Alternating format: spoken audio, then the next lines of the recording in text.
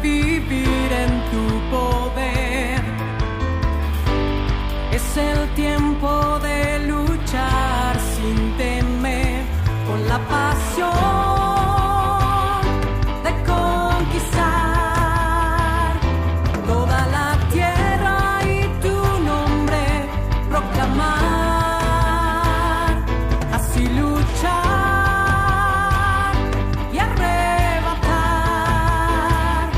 cada promesa y tus bendiciones disfrutar. Es el tiempo, nuestro tiempo, de tu reino establecer.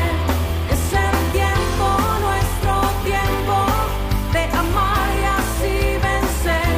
Jesús, fue tu amor, tu pasión, lo que vida me dio.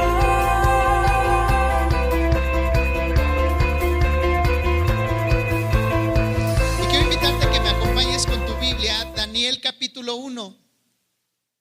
Daniel capítulo 1.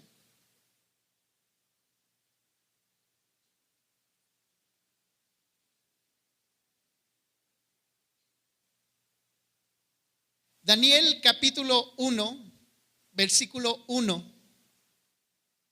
Dice la palabra de Dios: en el año tercero del reinado de Joacim, rey de Judá, vino Nabucodonosor, rey de Babilonia, a Jerusalén y la sitió.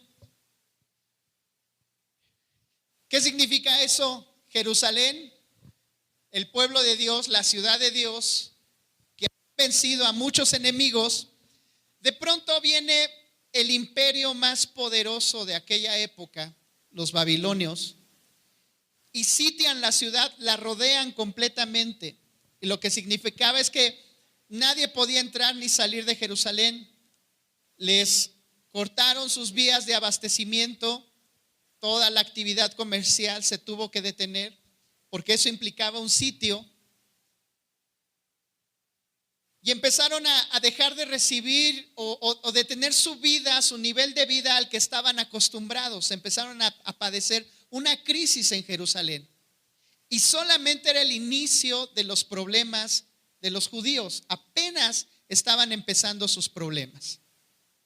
Y seguimos leyendo el siguiente versículo que dice: y el Señor entregó en sus manos, está hablando de Nabucodonosor, el Señor entregó a Nabucodonosor, a Joacim, rey de Judá, y parte de los utensilios de la casa de Dios, y los trajo a tierra de Sinar, a la casa de su Dios, y colocó los utensilios en la casa del tesoro de su Dios. Fíjate, Dios permitió que los enemigos de Israel vinieran, los sitiaran y fueran llevados cautivos y esclavizados a la tierra de Babilonia. Y Dios permitió que el tesoro del templo fuera robado, fuera saqueado, y se llevaron a la gran mayoría de las personas de Jerusalén, de los que habitaban esa tierra, se los llevaron cautivos a Babilonia. Estamos hablando de una esclavitud. Estamos hablando de que no hay cosa que le pueda pasar a alguna nación que la esclavicen y que se los lleven a una tierra que no es la de ellos. Y yo cuando leo esto me pongo a pensar que es muy parecido a lo que está pasando en nuestro país. Nuestro país está esclavizado por muchas situaciones. Situaciones económicas, situaciones de violencia, situaciones políticas, problemas sociales, problemas familiares.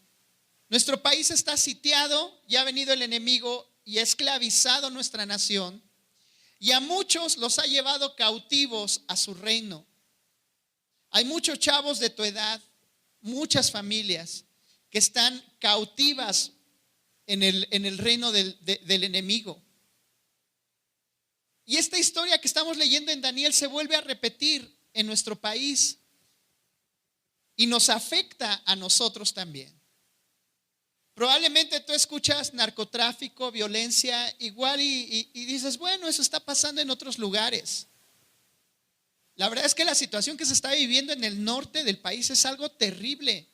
Ciudades que hace algunos años eran ciudades prósperas, turísticas de mucha afluencia, ahora aparecen pueblos fantasmas.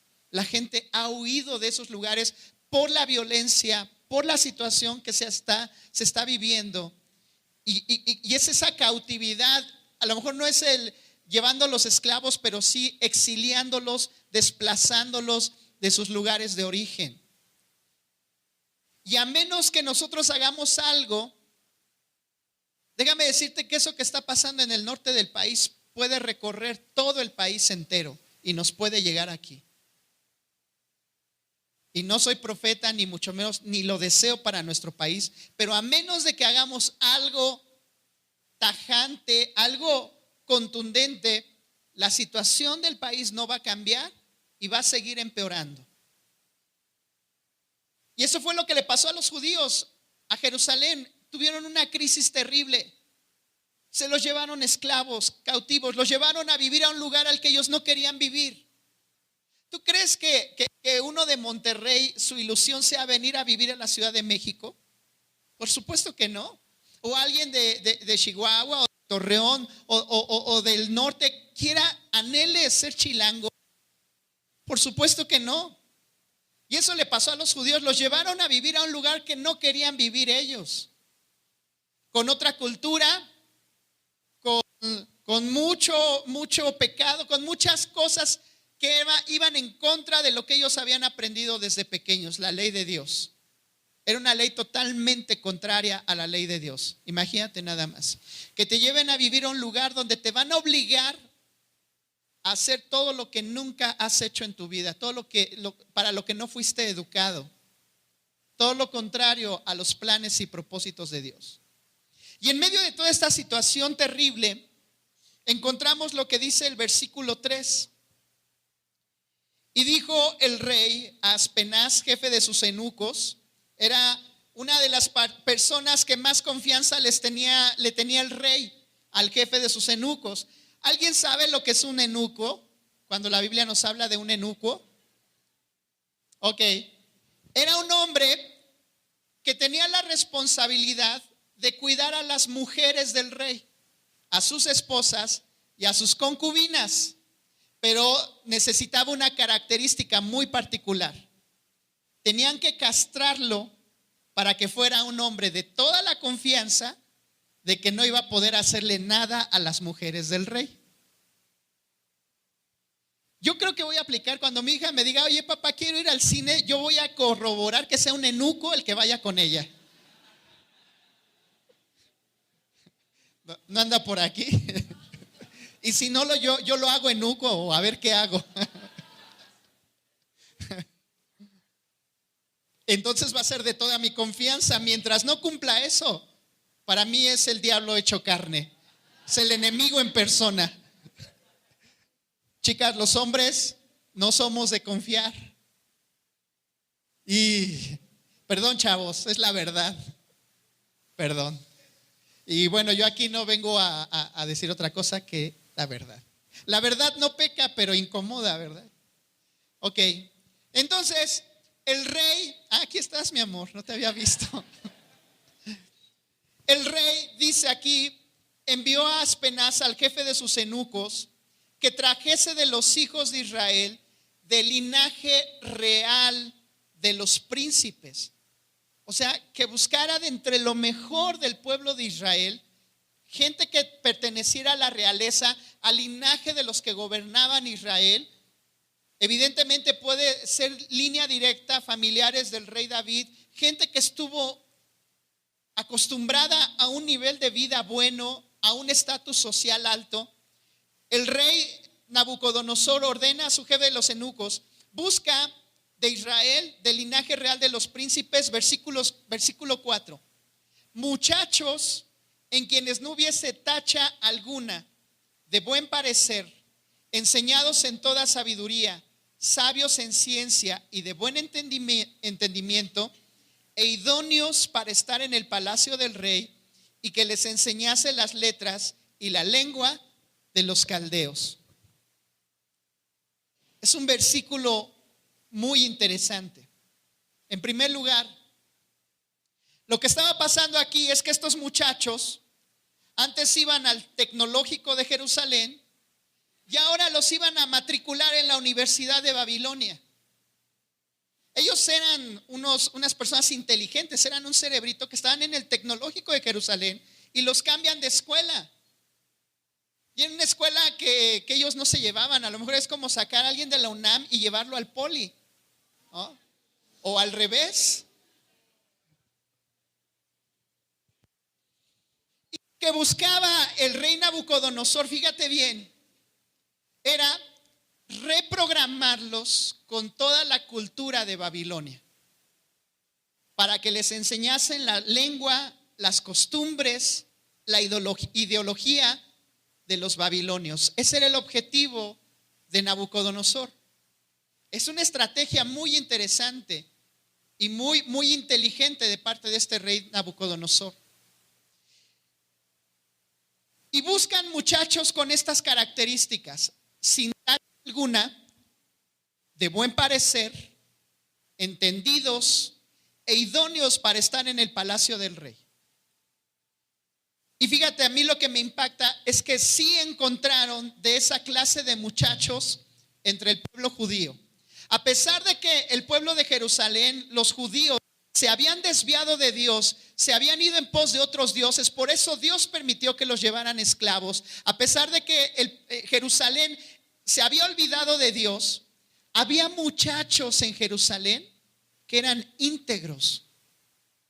Dice sin tacha alguna, no tenían ningún tache en sus vidas. ¿No te ha pasado que de pronto conoces a alguien y dices, es un muy buena chava, es un muy buen chavo, es bien inteligente, le echa muchas ganas, pero tiene un pequeño tachecito ahí, algo como que es un pelo en la sopa? Estos chavos no tenían ningún pelo en la sopa, no tenían ningún tache en sus vidas, eran chavos íntegros. Y no solamente eran chavos íntegros, sino que además eran chavos de buen parecer. Y no estoy hablando de chavos guapos, no estoy hablando de belleza física, estoy hablando de personalidad, estoy hablando de presencia, estoy hablando de lo que estos jóvenes transmitían. Y me atrevo a pensar que ellos tenían una verdadera relación con Dios por cómo se conducen y cómo actúan. Me demuestran que conocían a Dios. Y dice la Biblia que cuando Cristo está en tu corazón, tu rostro proyecta alegría y hermosura y belleza, y entonces te vuelves una persona atractiva. ¿Sí me escucharon? Dice la Biblia que el corazón alegre hermosea el rostro. Cuando Cristo está en el corazón, eres una persona atractiva. Y eso es lo que debemos de buscar en nuestra vida. No se trata de belleza física. Se trata de tener a Cristo en el corazón, de conocer a Dios. Y estos muchachos eran de buen parecer. Además eran inteligentes, eran sabios, llevaban buenas calificaciones en sus escuelas.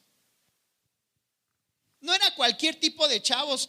Fíjate bien, me impacta mucho que Aspenaz, el jefe de los eunucos, sí encuentra muchachos con esas características entre todos los judíos. Si no los hubiera encontrado, ¿sabes qué se hubiera parecido? Como cuando, imagínate que vas en el periférico un viernes de quincena a las 5 de la tarde, ahí por Palmas, y de pronto se te poncha una llanta. Y cuando abres la cajuela para cambiar la llanta, ¿qué crees? La refacción está ponchada. Imagínate que de pronto apenas hubiera llegado con Nabucodonosor, oiga, jefe, pues de estos judíos nomás no se hace uno. Mire, entrevisté a unos, eran ninis. A otros que los entrevisté no sabían leer. Otros que los entrevisté le iban a cierto equipo de fútbol.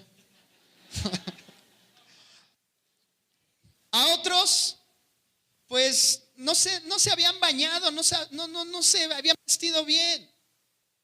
Otros no obedecían a sus papás. Otros les preguntaba y me contestaban con groserías, ni siquiera sabían hablar. ¿Sabes qué, Nabucodonosor? No encontré jóvenes como los que tú quieres. Qué triste hubiera sido eso, ¿no? Déjame decirte algo.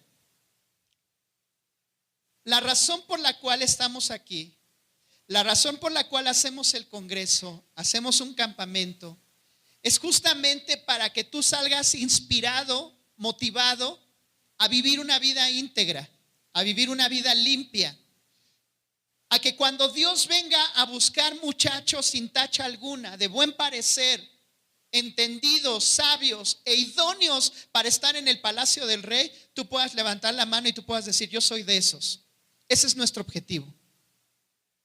Por eso en el Congreso vamos a hablar del problema número 1 a nivel mundial en los jóvenes: la sexualidad. Es el problema número 1. Y si tú logras alcanzar integridad y pureza en el área sexual, tú vas a poder levantar la mano delante de Dios para decirle: yo soy idóneo para estar en el palacio del rey.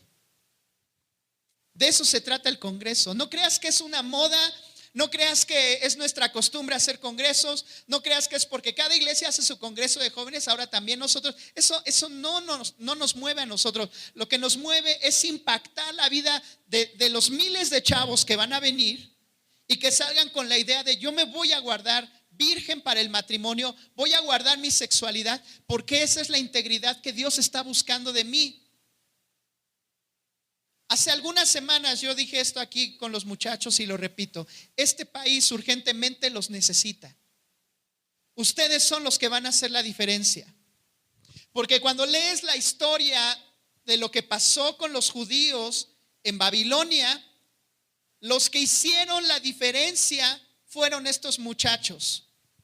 Ellos hicieron la diferencia en Babilonia. Fíjate, los educaron en contra de su voluntad, con otra cultura, otra ideología, y nunca se movieron de sus convicciones. Nunca se apartaron de sus ideales, nunca abandonaron su relación con Dios. Y entre más los presionó Babilonia, entre más los presionó esa sociedad a que abandonaran a su Dios, ¿sabes qué ocurría con estos muchachos? Más se aferraban a Dios. Qué carácter, qué corazón. Entre más los presionaban para que abandonaran a Dios, ellos más se aferraban a Dios. De pronto edifican una estatua y ordenan que cuando suene la música todos adoren a la estatua. Y dice Daniel: yo no lo voy a hacer, y sus amigos tampoco. Y no adoran a la estatua. Y los avientan allá al horno de fuego. Y no les pasó nada. Entre más los presionaban, más se aferraban a Dios. Y de pronto veían que Daniel oraba. Y eso le molestaba a los babilonios, porque ellos no oraban al Dios de los judíos. Y cuando le prohíben a Daniel orar, ¿sabes lo que hace Daniel? En lugar de esconderse en el lugar más oculto de su casa y seguir orando ahí para que nadie lo viera, él lo que hace es abrir las ventanas de su casa y 3 veces al día, cuando toda la gente pasaba enfrente, se arrodillaba delante de todo el mundo y seguía orando. Más los presionaban a abandonar a Dios, más se aferraban ellos a su Dios. Y ese es el tipo de chavos que este país necesita. Que entre más este país sea presionado a olvidarse de Dios, tú más te aferres a Dios. Eso es lo que nos mueve, muchachos. Y queremos ayudarte a eso, a que tú puedas ser un chavo, una chava sin tacha alguna, de buen parecer. Bueno, de eso no me comprometo mucho. Sabio, inteligente. Yo siempre les he dicho: chicos, estudien, prepárense. Me encanta la frase del versículo 4. Es una frase poderosa que dice: e idóneos para estar en el palacio del rey. Imagínate que el día de mañana te invitan a una cena con Felipe Calderón, el presidente, ahí en Los Pinos. Tú y él nada más. Recibes tu invitación. ¿Sabrías comportarte delante del mandatario, de la persona de mayor autoridad en este país? ¿Sabrías cómo ir vestido? ¿Entenderías para qué sirven las 28,000 cucharitas que te ponen del lado izquierdo y los 2,000 tenedores del lado derecho? ¿Sabrías para qué funciona cada uno? ¿Sabrías de qué platicar con el presidente Felipe Calderón? ¿O te pondrías a hablar de fútbol, de la Eurocopa? ¿Sabrías de qué hablar? ¿Somos idóneos para estar en el palacio del rey? Mejor aún, si el presidente te hiciera la pregunta, dime tú como joven, ¿qué debo de hacer para que este país cambie? ¿Sabrías qué responderle? Y tendrías los argumentos suficientes para decirle, esta es la solución para este país. No, pues yo lo llevaría a Calacuaya. No. Idóneos para estar en el palacio del rey. Y mi oración, nuestra oración, es que llegue un momento, muchachos, en que Dios los levante a ustedes para estar en esos lugares de influencia, en donde ustedes van a poder ejercer influencia, aconsejar a la gente que tiene autoridad para que tomen buenas decisiones. Y te digo algo con tristeza, los cristianos no sabemos estar delante de un rey.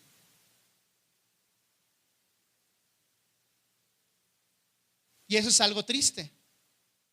Y justamente para eso estamos aquí, para prepararnos, para ser idóneos, para poder, cuando venga la oportunidad, estar preparados, estar listos y entonces poder impactar de la manera que estos muchachos que llegaron ahí crecieron en Babilonia, se hicieron hombres maduros en Babilonia, formaron sus familias en Babilonia, llegaron a ser gobernantes de las principales provincias de Babilonia. Y Dios los utilizó no solo para bendecir a los judíos, sino para bendecir al pueblo de Babilonia. Es lo que necesita nuestro país.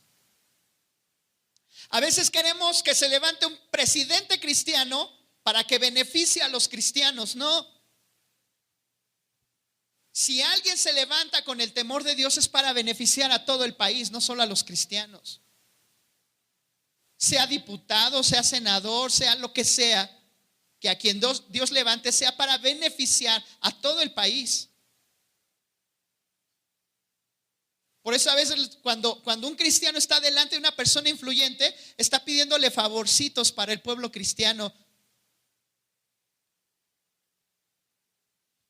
Y luego los presidentes municipales, los gobernadores, un cristiano quiere buscarlos, algún pastor, algún líder, y lo primero que piensan, ¿sabes qué es? ¿Qué me van a pedir? ¿Qué favor quieren? Y esa no es nuestra función como hijos de Dios. Esas personas deberían de pedirnos el favor a nosotros. Fíjate, dice la Biblia aquí en este libro de Daniel, que cuando había un asunto en Babilonia, el rey convocaba a todo su gabinete de intelectuales, sabios, y entre ellos había magos, había astrólogos, había adivinos, y entre ellos estaban estos muchachos, Daniel y sus amigos, y el rey lanzaba algún problema que estaba ocurriendo en el reino. Y dice la Biblia que la respuesta que daban aquellos muchachos judíos, siempre sin excepción, era 10 veces mejor que cualquier propuesta entre las demás personas. Siempre. Eso es lo que está escondido en tu corazón.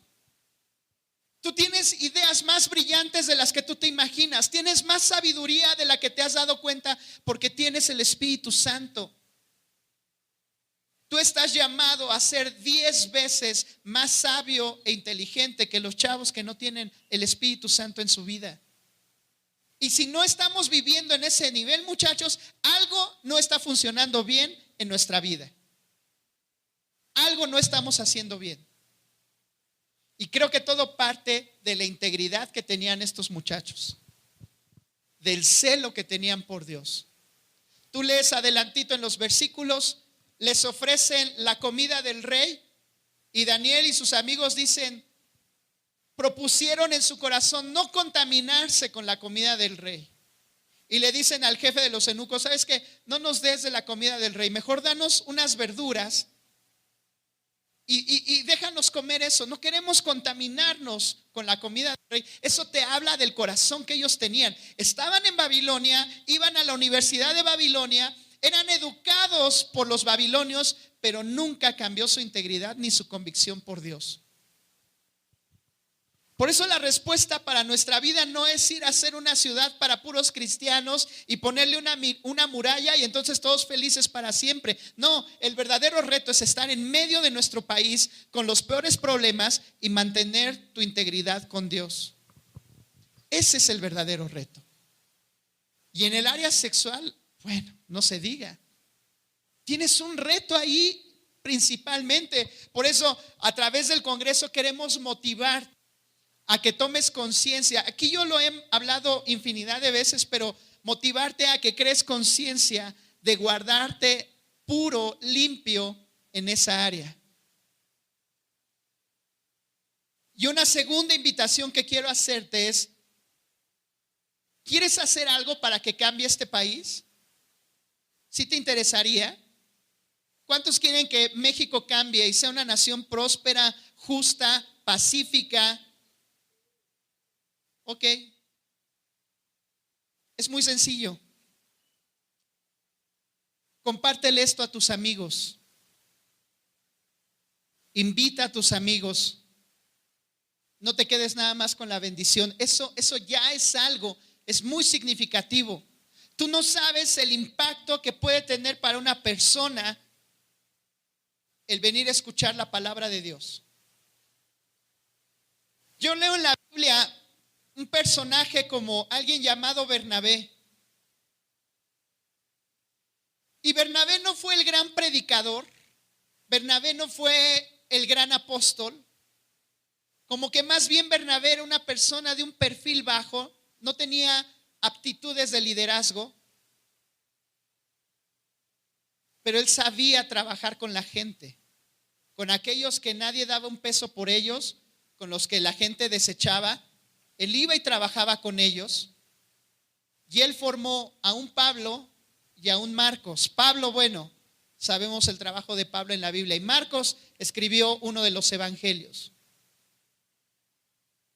Tú no sabes el impacto que puedes generar. Tú no sabes si ese compañero tuyo que ahorita en la mañana amaneció tirado allí afuera de tu casa, borracho, drogado, tú no sabes si Dios lo va a utilizar para impactar multitudes. O es el presidente que este país necesita. Y a lo mejor con que tú solamente lo pongas en el lugar correcto, donde él tenga la oportunidad de escuchar la palabra de Dios, ese corazón puede ser impactado y transformado. ¿Me entienden?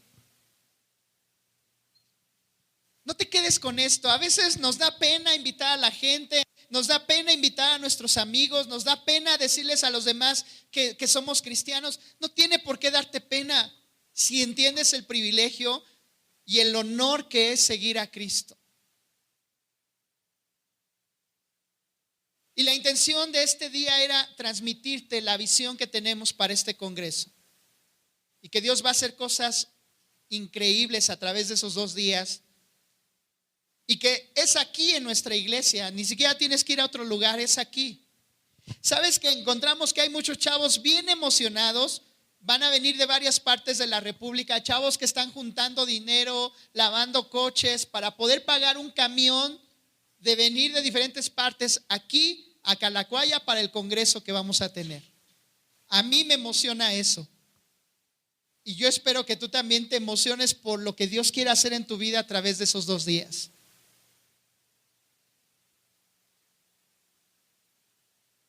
Los necesitamos, muchachos.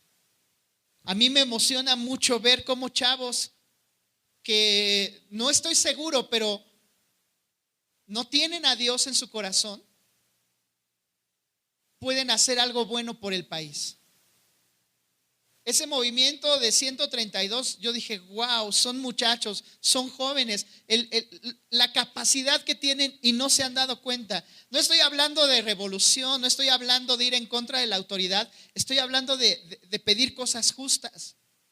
Y son jóvenes. Ahora imagínate, si muchachos que no tienen a Dios pueden hacer algo por el país, ¿cuánto más ustedes que tienen el Espíritu Santo y tienen a Cristo en su corazón.